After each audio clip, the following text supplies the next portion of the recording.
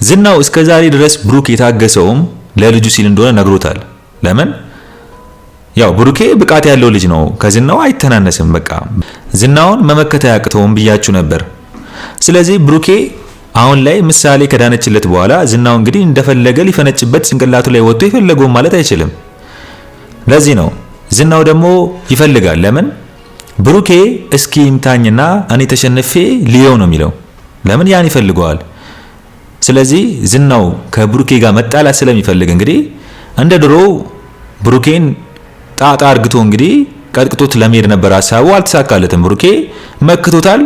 ዝናውን አንበጫብጮ ጥሎታል። ማለት ጉድ እስከምትል ድረስ ማለት መጀመሪያም እየነገረችው ነው ዝናው ብሩኬ ከተመለሰ በኋላ ሊቀየርባል፣ በጣም ከባድ ሰው ነው እያለች እየነገረችው ነው። ግን ማለት ዝናው ግን ምንድነው በቃ ጉልበት ላይ ነው አላማው። ጉልበቱን ስለሚያስብ ብሩኬን ከዚህ በፊት መትቻለሁ ብሎ ስለሚያስብ አይከብደውም። ስለዚህ እሱ ማንበጫበጭ ነው የሚፈልገው። አልተሳካለትም። ብሩኬ ግን ዝናውን ጥሎታል ማለት ነው። ዝናው ከዚህ በፊት እንግዲህ ጭንቅላቱን ስለተመታ ህመም ስላለበት እንግዲህ ዝናው በዛው አጋጣሚ ሲወርቅ ጭንቅላቱን መቶት እንግዲህ መነሳት አቅቶት ብሩኬ እንደፈለገ የፈለገውን ተናግሮት መቶት ሄዷል ማለት ነው። እንግዲህ ዝናው አሁን ላይ እልህ አለበት። ብሩኬ ቀጥቅጦታል። ግን ከእሉ በላይ ግን የሱ እልህ ምንድነው? ሉላን ማግኘት ነው። ሉላን ካላገኘ ዝናው ሰላም አይሆንም ነው ምላችሁ በቃ። ስለዚህ ዝናው የሚያሳስበው ስለ ሉላ ጉዳይ ነው ምላችሁ። ዝናው የሚያሳስበው ስለ ሉላ ጉዳይ ነው በቃ። ሉላ እስካልተገኘች ድረስ መቼም ቢሆን ሰላማዊ ህይወት እንደማይኖር ስለሚያውቀው ሉላ መች ነው ማገኛት የሚለው ሐሳብ ስላለበት እንግዲህ ብሩኬን ሲያገኘው የፈጠነ ብሩክን ቀጥቅጦ በጉልበቱ ሉላ የት እንዳለች አሳየኝ፣ ሞገስ ያ ጓደኛ የት እንዳለ አሳየኝ በማለት እንግዲህ ለማስገደድ ሊሞክር ነበር አላማው። ዝናው ተሳካለት? አልተሳካለትም። ብሩኬ ሌላ ሰው ሆኗል ነው ብላችሁ። ከዚህ በኋላ አላማው ይቀየራል በቃ። ልጁን አሳክሞ መጥቷል። አሁን ላይ ብሩኬ የሚያስበው ምንድነው ሐሳቡ? ከልጁ በኋላ ሞገስ መስዋዕትነት የከፈለለት ጓደኛውን ይቅር ብሎት ታርቆት ለጓደኛው መስዋዕትነት መክፈል ይፈልጋል። ለምን? ሞገስ ብዙ መስዋዕትነት ከፍሎለታል፣ አንረሳውም። ግን ሞገስ አሁን ላይ ማን ያለው? ማንም የለውም። ብቸኛ ነው። ያሳዝነኛል በቃ። ስለዚህ ብሩኬ አሁን ላይ ጓደኛውን መካስ ይፈልጋል። ሞገስ አሁን ላይ ግን ብሩኬ ይቅርታ ማድረግ አለበት ብዬ አስባለሁ። እንግዲህ ሉላ ብዙ ጊዜ እየነገረችው ነው፣ እኔን አሳልፎ ቢሰጥም ለልጁ ሲል ነው። እንግዲህ ብሩክ ለልጁ ሲል ምን ያልከፈለው መስዋዕትነት አለ ነው የምላችሁ። እስቲ እስከዛሬ ነው ጀምሮ ብሩኬ ለልጁ ምን ያልከፈለው መስዋዕትነት አለ? ስለዚህ ሉላን አሳልፎ ቢሰጥ ምንድነው የሚያስደነግጥ ነገር? ወይ ደግሞ ለሞገስ ምንድነው እንት የሚለው ነገር? ለምን ሞገስ እኮ ምን እያለው ነበር? በቃ እግዚአብሔር ካላለው አይሆንም፣ በቃ ከዚህ በላይ ሞከርን፣ በቃ ትሙትም እኮ ብሎት ነበር ተስፋ ቆርጦ ሞገስ ማለት ነው። ግን ብሩኬ ተስፋ አልቆረጠም። በቃ ልጁን እንደሚያሳክም ተስፋ አልቆረጠም። ለምን? ይሄን ሁሉ ነገር መስዋዕትነት የከፈለላት ልጁ ተሽሏት ማየት ስለሚፈልግ ለምሳሌ ሲል እንግዲህ ሉላን አሳልፎ ሰጥቶበታል ጓደኛውን። ግን ይሄ ቢበድለውም ብሩኬ በቅናት ተነሳስቶ አይደለም፣ ለጓደኛው ላይ ክፋት አስቦ አይደለም። ብሩኬ ያደረገው ነገር ምላችሁ ለልጁ ሲል ነው። ሞገስ ግን ብሩክ ላይ ምንድነው ያደረገው? በቅናት ነበር። ያኔ በቅናት ተነሳስቶ ነው እንግዲህ ከሚስቱ ጋር ሲማገጥ የነበረው። ዝም ብሎ ብሩኬ በጣም ምስኪን ሆኖለት ለጓደኛው ታማኝ ጓደኛ አለኝ ብሎ እያሰበው ሞገስ ይጫወትበት ነበር እንደ ጉድ። ያን ሁሉ ያላረገው ነገር ነበር እንዴ? ሞገስ እንዴት አያስበውም ያን ሁላ ነገር? አሁን ላይ ብዙ መስዋዕትነት ከፍሎለታል ሞገስ ለብሩክ። በርግጥ ግን አሁን ምን ልላችሁ ፈልጌ ነው፣ ብሩክ ያደረገው ሉላን አሳልፎ መስጠቱ ለልጁ ሲል ነው ምላችሁ። ሞገስ ግን በቅናት ነበረ ብሩክን ሚስቱ ላይ ሲማግጥበት የነበረው፣ በልጁ ሕክምና ላይ ሲጫወትበት የነበረው ያኔ። ስለዚህ ሞገስ ለምን ይቅር ማለት አልፈለገም? ሉላ የምትነግረው ምንድነው? ቢያንስ እሱ ለልጁ ሲል ነው። እኔን አሳልፎ ቢሰጥም ለልጁ ሲል ነው። እኔ እናንተ አሁን ላይ አንድ ላይ ነን፣ ስለዚህ ይቅር በለው ነው የምትለው። ሲጀመር እኮ ሞገስ ያኔም ቢሆን ሉላ ዝናውን አልፈታችሁም። ሉላ ዝናውን ፈታው ቢሆን ችግር የለውም፣ አልፈታችሁም። ሉላ ዝናውን ሳፈታው ነው አፍኖ ቁጭ ያለው።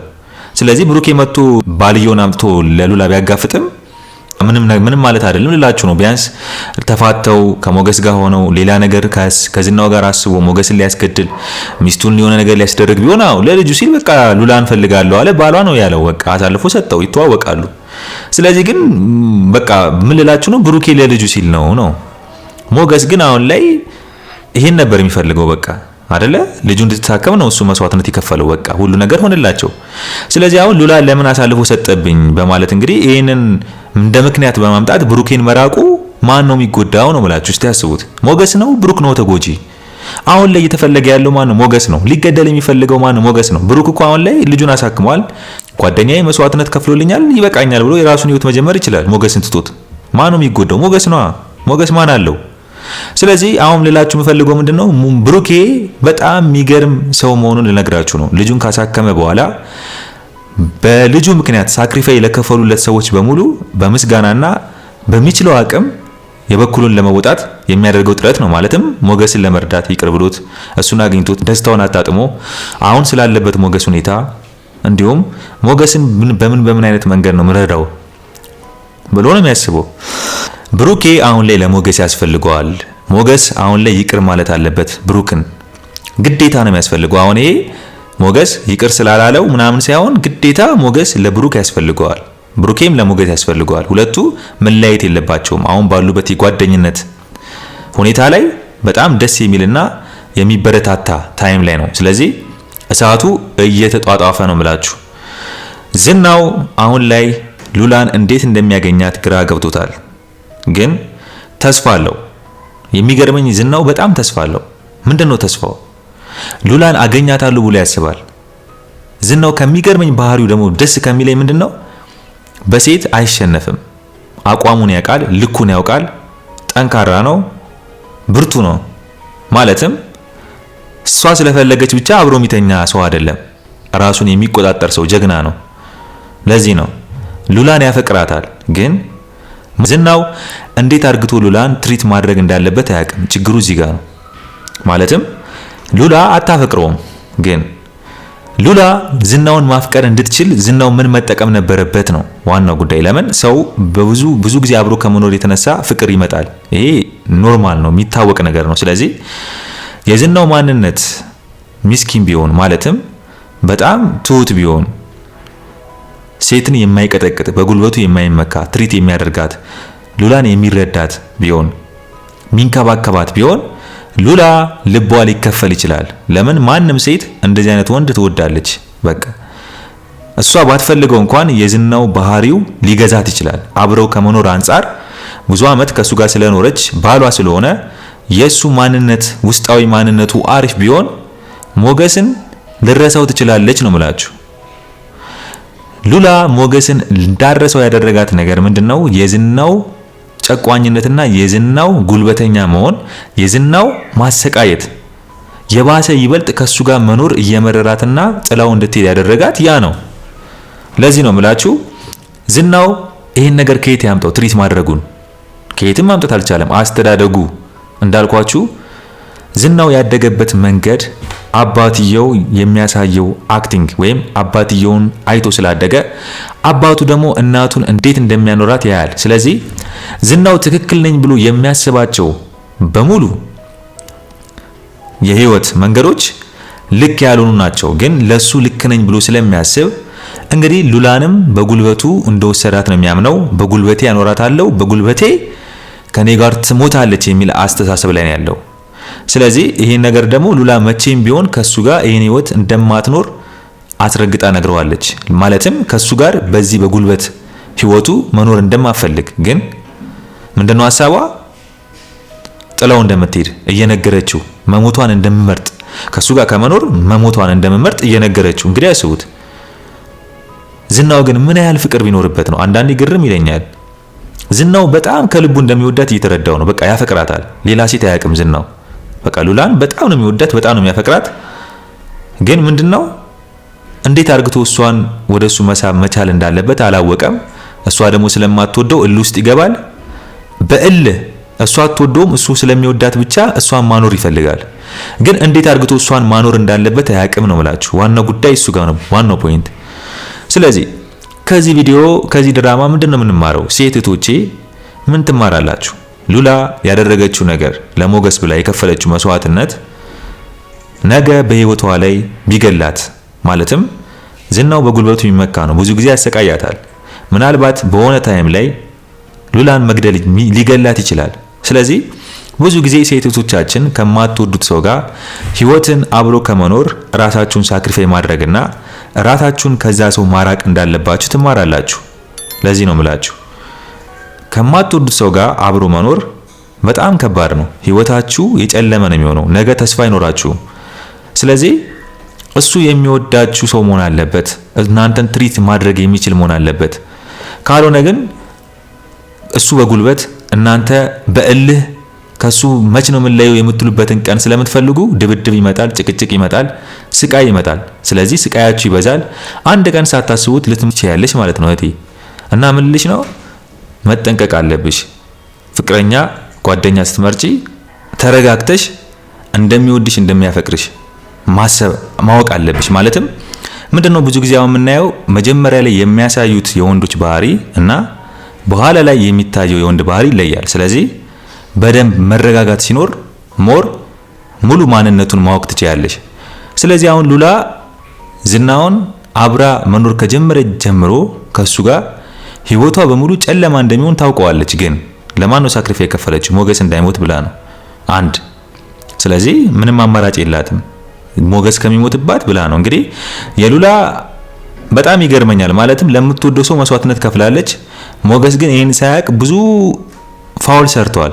ሉላ ጥላኝ ሄደችው በድህነቴ ስለሆነ ነው በማለት እንግዲህ ሞገስ ብዙ ፋውል ሰርቷል።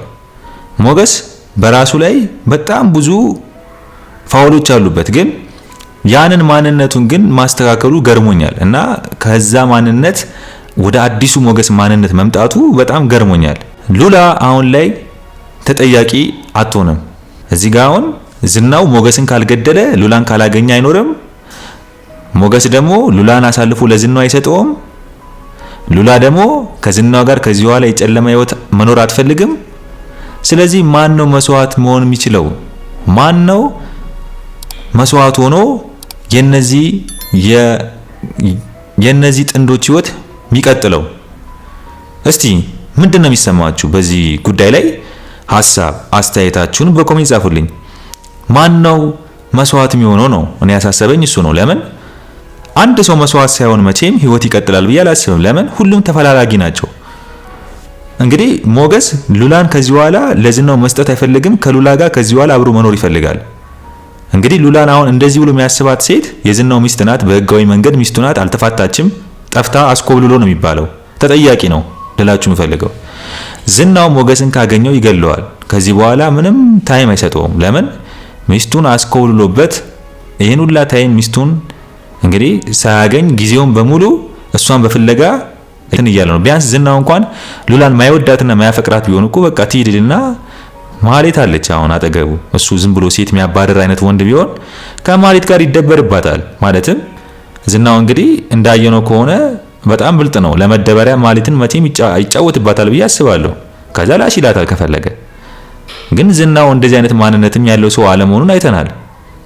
በቃ አፍቃሪ ነው፣ ከልብ እውነተኛ አፍቃሪ ነው። ዝናው ግን ሉላን ስለሚወዳት ከሱ ጋር ብቻ እንድትኖር ይፈልጋል ሳትወደው። ይሄ ደግሞ ምንነቱ ነው?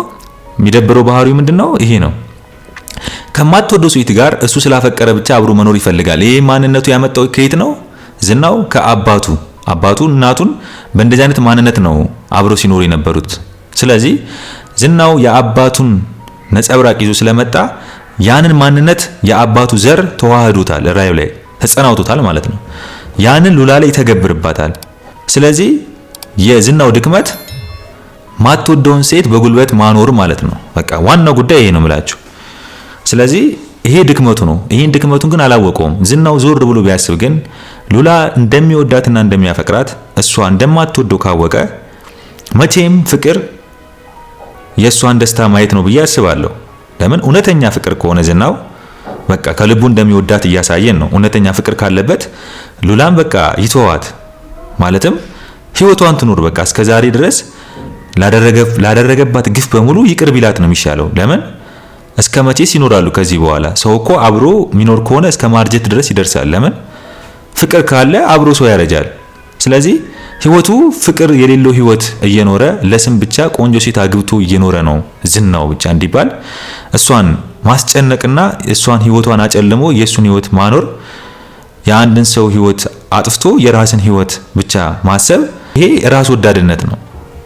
ስለዚህ ይሄን ነገር ዝናው ቆም ብሎ ቢያስብበት ማንም ሰው መስዋዕት ሳይሆን ሞገስም ሉላም እሱም መስዋዕት ሳይሆን ሁሉ ነገር በአሪፍ መንገድ የሚያልቅ ይመስለኛል ብዬ አስባለሁ። ታሪካቸው ግን በእንደዚህ ንዴታቸው ከሆነ ግን የሆነ ሰው ሳክሪፋይ መሆን ካለበት መስዋዕት ሊሆን ይችላል ብዬ አስባለሁ። ሌላ ጉዳይ ደግሞ የማ ጉዳይ ነው? የቅድስትና የብሩኬ ጉዳይ፣ አንገብጋቢ ጉዳይ። ቅድስቴ እንግዲህ አሁን ምሳሌ ታክማ መታለች። ቀጣይ እንግዲህ ጊዜ እያለፈብኝ ነው፣ ሴት ነኝ፣ እድሜም እያለፈ ነው፣ ማግባት አለብኝ፣ ዘር መተካት አለብኝ፣ ወደ ሀገሬ ልሂድ ትለዋለች ብሩክን። ብሩኬ ግራ ገባው። አሁን ላይ ብሩኬ ሞገስን ለመርዳትና አሁን ሞገስ ካለበት ችግር ለማውጣት አሁን ላይ ፎከስ ማድረግ ያለበት ሌላ ጉዳይ እንዳለ ነግሯታል። ስለዚህ ቅድስት አሁን ላይ ብሩኬ ወድጃለሁ፣ አፍቅሬያለሁ፣ አብሬ ካንተ ጋር መኖር ፈልጋለሁ ብላ በግልጽ ብትነግረው ብሩኬ እሺ ቅድስትዬ አብረን እንኖራለን ችግር የለውም እኔም እኮ ወድሻለሁ ይላታል ብዬ አላስብም። ግን ቅድስት አሁን ላይ እዚህ ፎንቃሼ ሙድ ላይ ናት። ግን እንዴት እንደምትነግረው ፈርታለች። ግን ቅድስት ለብሩኬ ትገባዋለች ብዬ አስባለሁ። ከከፈለችለት መስዋዕትነት አንፃር በቃ ከሚስት በላይ ብዙ ሳክሪፋይ ከፍላለች። ግን አሁን እንዳልኳችሁ ምንድነው ቅድስት ብቻ ስለወደደችው ብሩኬ ካልወደዳትም ፍቅር አይኖርም ነው ማለት። ፍቅር ከባድ ነው። ስለዚህ ብሩክ ፍቅር ከሌለበት ነገ የሆነ ችግር ይመጣል ነው ማለት። ብሩኬም እሷን ማፍቀር አለበት፣ ከልቡ ራሱን ማሰብ አለበት፣ ማዳመጥ አለበት። ስለዚህ ቅድስት አሁን ላይ ለብሩኬ ትንገረው ወይ ብሩኬስ ብትነግረው እሺ ይላታል ወይ? እስቲ ምንድነው ይመስላችሁ? በዚህ ጉዳይ ላይ ሐሳብ አስተያየታችሁን በኮሜንት ጻፉልኝ። ሌላኛው የዳጣና የቤተሰቦቿ ጉዳይ ሲሆን እንግዲህ ሞገስ ዳጣ ቤተሰቦቿን እንደሚያገኝላት እናም ቃል በገባላት መሰረት እንግዲህ ቤቱን አግኝተውታል። ስለዚህ ዝም ብሎ ዳጣውን ሞገስን ይዞ ሄዶ ልጅ ቤተሰቦቻችሁ ናት እንትና ናት ምናምን ብሎ ከሚል ወይም ደግሞ እንደዚህ ከሚያረጉ መጀመሪያ ድብቅ ክትትል ቢያረጉ የሚወጣውን ሰው የሚገባውን ሰው ቢያዩ ስለማንነታቸው ቢያጣሩ ምንድነው እየሰሩ ያሉት ቤተሰቦቿ አሁን ላይ ምን ስራ ላይ ናቸው? ማንነት አላት? ስንት ቤተሰብ ስንት ወንድ አለ? ስንት ሴት አለ? የሰፈር ነበሩ መጀመሪያ ከዛ ወደዚህ ሰፈር እንዴት ሊመጡ ቻሉ? ብዙ ጥናት አለው። ገብቷቸዋል። እነዚህን ሞገስና ዳጣ በደንብ አርግተው ፕሮፌሽናል በሆነ መንገድ ቢያጣሩና ዳጣ እንዴት አርግታ ቤተሰቦቿን ማግኘት እንዳለባት ምናልባት አሁን ላይ ቤተሰቦቿ ዳጣ የጎዳና ተዳዳሪ ናት የተባለች ልጅ መጣችብን ብለው የሀብታም ልጆች ስለሆኑ ወደዛ የጂን ሊሏት ስለሚችሉ ዳጣ ቤተሰቦቿን በምን አይነት መንገድ መቅረብ እንዳለባት የሚለውን ትንሽ ቢያጤኑበት አሪፍ ነው ብዬ አስባለሁ። የዛሬው አስተያየቴ ይህን መስል ነበረ። በሌላ ቪዲዮ እስከምንገናኝ ድረስ ቸር ቆይልኝ።